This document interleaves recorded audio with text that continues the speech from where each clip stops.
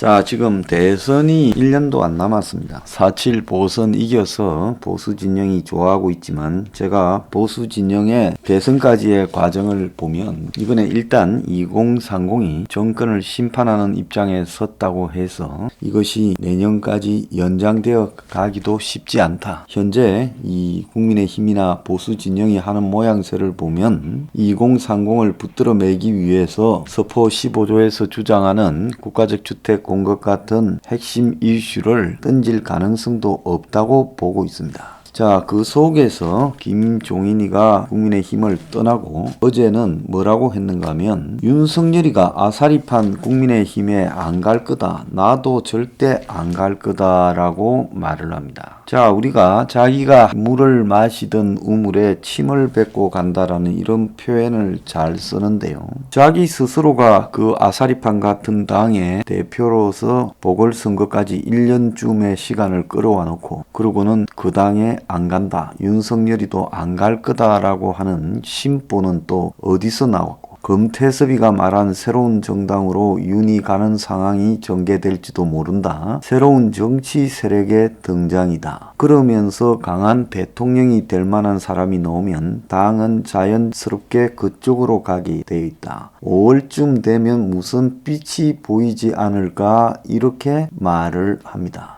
그리고 국민의힘에 대해서는 이런 식으로 끌고 가서는 대선을 해볼 도리가 없다. 국회의원들이 입법 활동을 하는 게 전혀 안 보인다. 일반 국민들이 저 당이 진짜 변했냐라는 말을 한다. 초선이 대표를 맡아서 변화시켜야 된다. 애정이 더 없다. 절대로 안 갈 거다. 중진이라는 사람들이 단일화를 앞두고 후보를 내는데 관심도 없었다. 그래서 선거 끝나고 바로 떠나야 하겠다고 생각했다. 자, 그렇게 지금 비판을 하고 있습니다. 자, 이런 김종인의 말도 아리까리한데 윤석열이가 어제 또 책을 자기 친구들이 냈다고 합니다. 그런데 윤의 친구라는 중앙고등학교 친구라는 방송 작가가 쓴 책에 보면 윤이 문을 구하려고 조국 수사를 했다. 이렇게 이야기를 합니다. 정말 놀랄 노자 이야기입니다. 조국을 수사한 것이 조국이 불법이 드러났기 때문에 불법을 저지른 사람이 법무부 장관을 해서는 안 된다라고 이야기하는 게 아니라 문을 구하기 위해서다. 정권이 다리 없이 끝까지 가게 하려면 문제가 될 수 있는 부분을 애초에 정리하려고 했다. 정권을 치게 하려는 게 아니라 정권을 안정화시키려고 하는 게 검찰총장의 역할이다. 이렇게 말을 했습니다.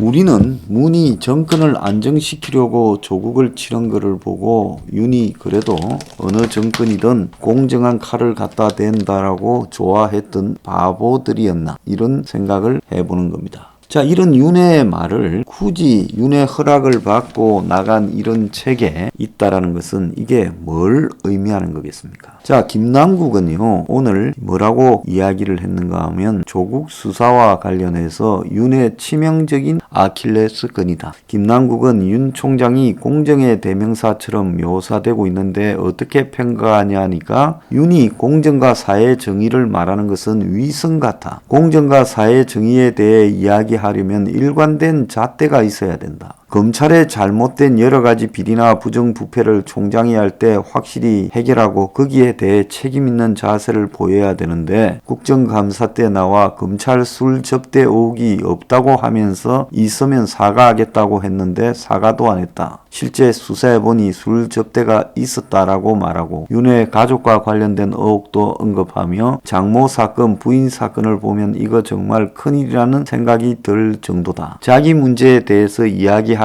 않으면서 바깥의 그런 비리에 대해 이야기하는 것 자체가 적절하지 않다면서 조국을 수사한 부분에 대해 윤의 가장 치명적인 아킬레스건이라고 본다. 많은 법률가들이나 검찰 내부에서도 수사가 엉터리였다고 지적을 한다. 처음에는 사모펀드로 수사를 시작했는데 사모펀드는 기소도 못하고 엉뚱하게 전방위로 수사로 벌려 나쁜 사람 만들기 수사만 했다. 자, 그렇게 말을 하고 있습니다. 문의 아들 문준용의 친구이자 변호사인 김남국은 문의 친위대인데 윤을 비판합니다. 그런데 윤은 문 정권을 지키려고 조국 수사를 했고 탈이 없이 끝까지 잘 가게 하려고 했고 그것이 검찰총장의 역할이라고 말을 합니다. 그러면 여기서 이제 우리가 생각해 봐야 될 거는 윤석열이 저렇게 한 것은 적어도 진짜로 문재인 정권을 지키려고 했는데 문 정권의 간신들이 문 정권의 충신인 윤석열에 대해서 몰라보고 윤을 죽이려고 했고 그래서 간신 대 충신의 싸움이 벌어졌고 문가리는 그걸 지켜보면서 뒤에 이렇게 빠져가지고 간신들 편을 드는 것처럼 보였고 그래서 윤은 팽당했지만 대신 대선 후보가 되었고 보수는 그를 열화같이 지지하는데 아직도 윤은 뭉에 대해서 나쁘게 생각하지 않고 충성심을 가지고 있다. 지난번에 이철우 교수가 소개한 말이나 이번에 방송 작가가 쓴 책을 종합하면 이렇게 돼 있습니다. 그러면 여권과 친하고 아직도 문에 대해서 충성심과 고마움을 간직하고 문 정권이 잘 되려고 최선을 다했던 윤이 대구 경북에서 보수 진영에서 표를 지지를 제일 많이 받아가지고 당을 검태섭 등과 더불어서 만들고 거기에 내 생각에는 진중권부터 해서 다 달라붙고 그들이 만든 당이 대선에 가게 된다. 자, 그러면 윤은 문에 대해서 절대 나쁘게 말하지 않으니까 표는 이 보수 진영 영남에서 다 긁어가고 실제로 문은 윤에 대해서 대통령이 되면 뭐 나하고 나쁠 것 없다 해서 방치하고 그러면서 사실상 윤은 이 양쪽에서 한쪽에서는 표를 얻고 한쪽에서는 좋은 관계를 유지하면서 새로운 정당으로 가겠다는 거고 김종인도 거기 합류할 수도 있다. 지금 스토리가 일이 되는 거 아니겠습니까? 그러면 또 다른 한편으로 조선일보, 중앙일보를 비롯해서 김무성 세력 또 박병석, 문희상 등 유인태 등 그 다음에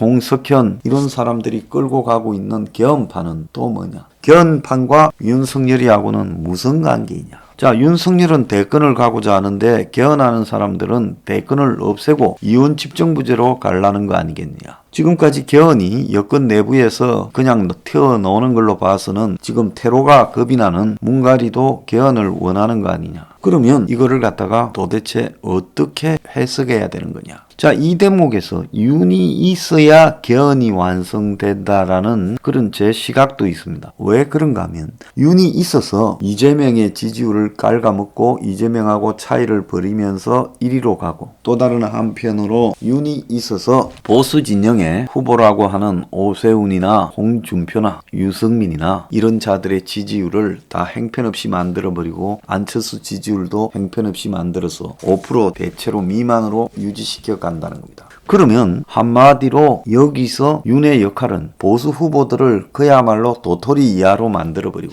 도토리 굴밤 밤 이렇게 만들어버리고 그리고 월척 이재명을 준치 정도로 만들어버리는 이런 것들이 윤이 가능하다는 거예요. 그래서 개헌을 합의하려면 이쪽도 이길 가능성이 없고 이쪽도 이길 가능성이 없을 때 개헌으로 가자 이래 되지 않겠어요? 한쪽이라도 될 만한 사람이 유력하게 지지율을 올려가면 개헌이 되겠습니까? 그러니까 양쪽 다 대선에 대해서 별로 희망이 없다 할 때 개헌으로 가게 되겠죠. 그러니까 윤이 없으면 지금 양쪽에서 유력 후보들이 떠오를 수 있어요. 그런데 윤이 중도와 보수 일부 좌파 후보들 지지까지도 다 빨아들이고 있으니까 나머지 후보들이 될 가능성이 없는 거죠. 이 속에서 정권 재창출할 가능성이 없으니 차라리 개헌하자라고 가버릴 수 있는 겁니다. 개헌판이 완전히 무르익을 때까지는 윤이 대선 후보처럼 있다가 무슨 일인지 문가리하고의 관계를 정리하지 못하는 윤을 자기들이 뭔가 있다 이거 아니겠습니까? 어느 시점에 윤은 좀 들어가라. 지금부터 우리는 개헌으로 간다. 너도 한 목숨 떼줄게. 이렇게 해서 윤을 정리해버리면 아예 판이 깔끔하게 개헌판으로 갈 수 있다는 거죠. 그러니까 윤은 개헌을 하기 위한 미끼일 수도 있다는 겁니다. 근데 김종인이 지금 윤에게 갈 수도 있다라고 말을 하는 것은 김종인은 윤을 대통령 만들 생각이 있는 사람이 아니라 이제는 자기가 개헌해서 뭔가 뛰어보겠다라는 생각을 가지고 있는 사람이에요. 그러니까 김종인의 말 속에 철저하게 국민의 힘을 붕괴시켜서 윤 쪽으로 흡수시켜버리겠다. 이런 이야기까지 포함되고 있는 겁니다. 자, 그렇게 보자면 이 대선까지의 판이 뭐 이번에 대통령 후보가 다음에 개헌을 하겠다고 공약을 한다라는 거, 그거는요 대통령 당선된 자가 언제든지 헌신짝 뒤집듯 뒤집을 수 있는 이야기입니다. 실제 핵심은 결국은 이 대통령 선거라는 거를 없애버리고 아예 바로 개헌으로 가자. 그래서 그것이 이제 곧 터져 나오지 않겠느냐. 앞으로 정치 향배가 어떻게 될지를 대중들이 좀 면밀하게 지켜보고 이 상황을 읽어야 된다 생각합니다.